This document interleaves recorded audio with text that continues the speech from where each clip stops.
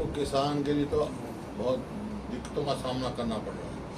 जितनी मंडियां हैं ना तो वहाँ रखने का स्थान है, लिफ्टिंग है ही नहीं, कई जगह बारदाना नहीं है, कई जगह लिफ्टिंग नहीं है, मतलब 20% भी लिफ्टिंग नहीं हुई।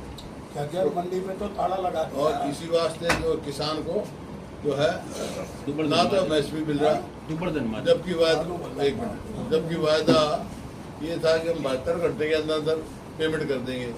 8 दिन हो गए, कहीं 10 दिन हो गए, कोई मतलब ही नहीं। और इसी वास्ते किसान ने मजबूर होकर मंडियों में ताला लगाना शुरू कर दिया, जैसे दुबल धरने लगा दिया।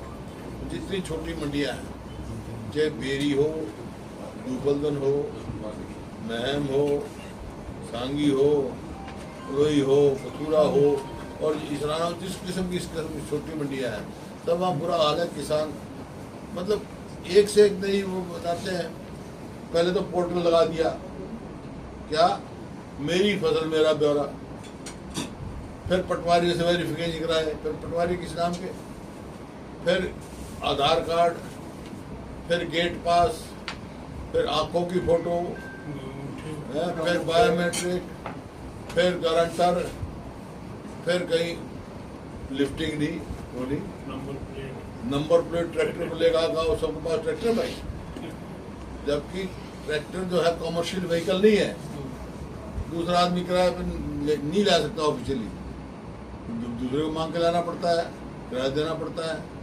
फिर कहाँ जाएगा बैलगाड़ी वाला, कहाँ जाएगा, और दूसरा कहाँ जाएगा, झोटा गाड़ी वाला कहाँ जाएगा।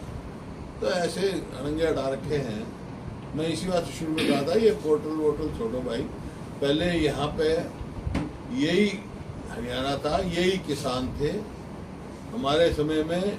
आप बताओ, एक भी कभी शिकायत आई हो? मंडी में जाता है किसान और अपने लेकर आ जाता है।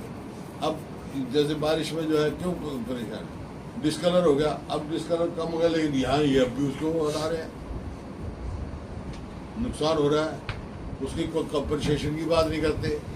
अरे राजस्थान गवर्नमेंट ने पता नहीं 100 या 200 रुपये क्विंटल आपने है, 160 रुपये क्विंटल बोनस देने का ऐलान कर दिया।